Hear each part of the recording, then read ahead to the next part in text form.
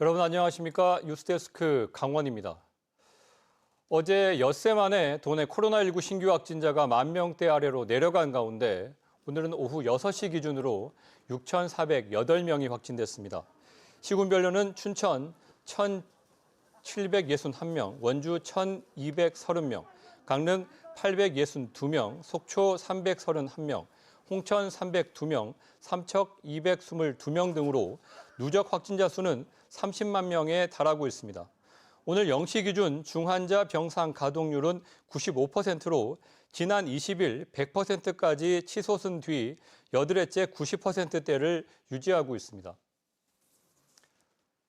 춘천 중도 섬유에 조성된 레고랜드 테마파크가 모든 공사를 마쳤습니다.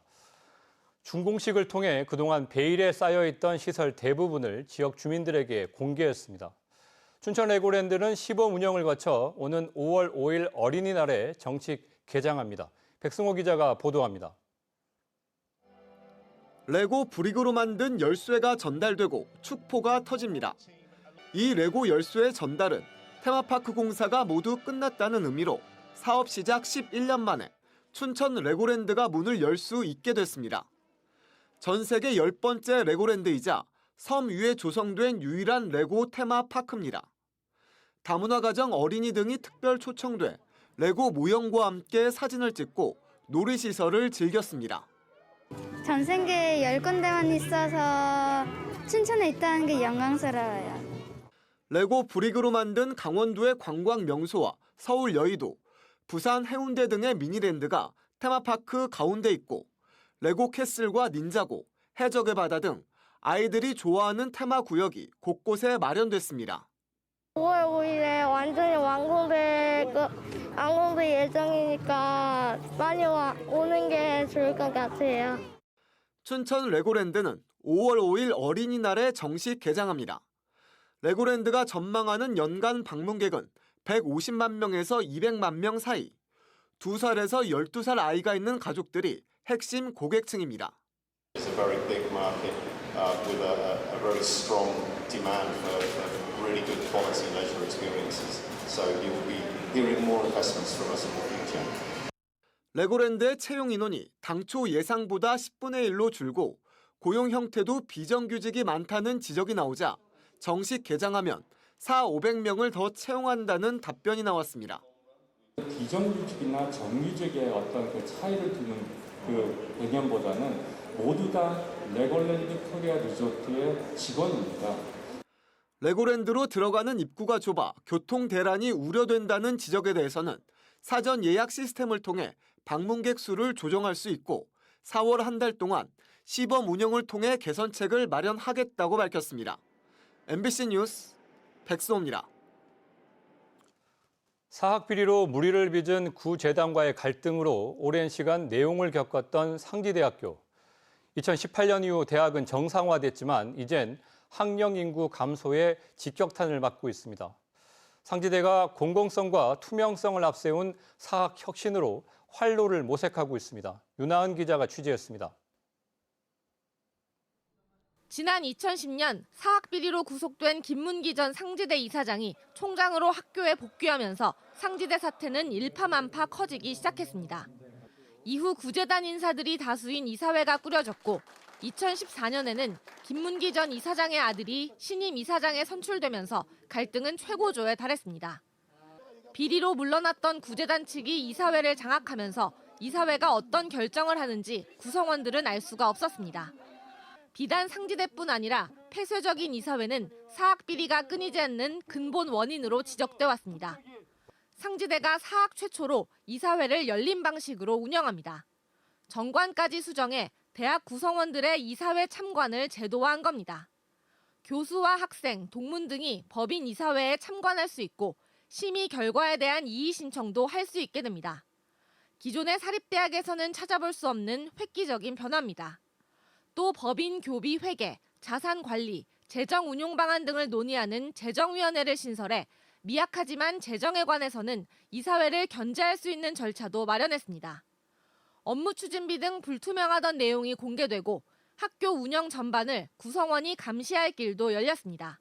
학교에서 돈을 어떻게 쓰는지 이제 아니면 학생들한테 어떤 편의를 이제 주려고 노력을 하는지 이런 것들을 다 참관을 해서 보고 생각으로 너무 열심히 학교에서 노력을 하는 게 보이고 학교 측은 사학혁신을 적극 추진하는 성신여대, 조선대 등과 함께 협의체를 구성하고 교육과정 공동 운영도 준비하고 있습니다. 지역사회로부터 신뢰를 받는 대학이 되도록 하는 데 도움이 될 것이고요.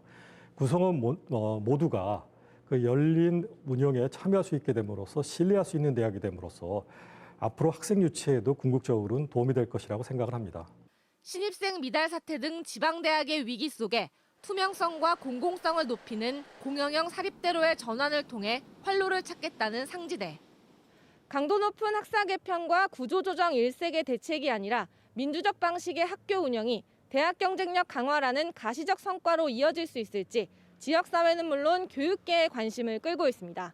MBC 뉴스 윤하은입니다.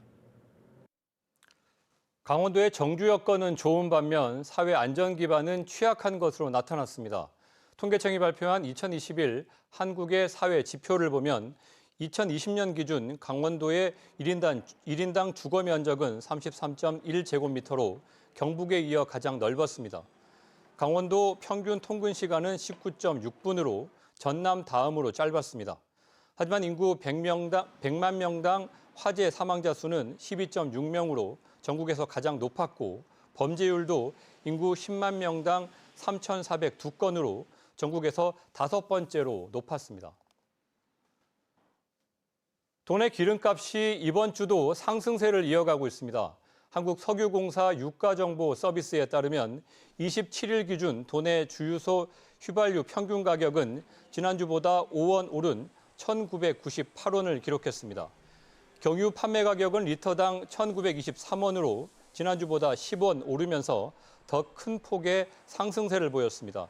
한국석유공사 관계자는 러시아의 우크라이나 침공 여파로 향후 기름값을 예측하기는 어렵다고 밝혔습니다. 속초 대포 제1농공단지 기반시설 정비 사업에 국비 10억 원이 지원됩니다.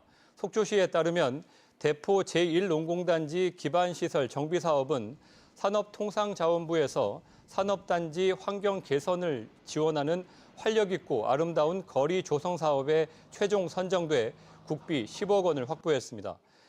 대포 제1농공단지는 1993년 준공된 뒤 약 30여 년이 지나 도로 구간 시설물이 심하게 낡은 상태로 속초시는 4억 원을 추가 편성해 대대적으로 정비할 계획입니다. 강원도는 일자리 창출 사업에 73개 기업 195명, 사업 개발비 지원 사업에 45개 기업, 시설비 지원 사업에 29개 기업을 사회적 기업 재정 지원 사업 대상으로 선정했습니다. 이번에 선정된 기업은 일자리 창출에 따른 최저 인건비와 사업주 부담 사회보험료로 근로자 1인당 100만 원 안팎의 보조금을 지급받습니다. 뉴스를 마칩니다. 감사합니다.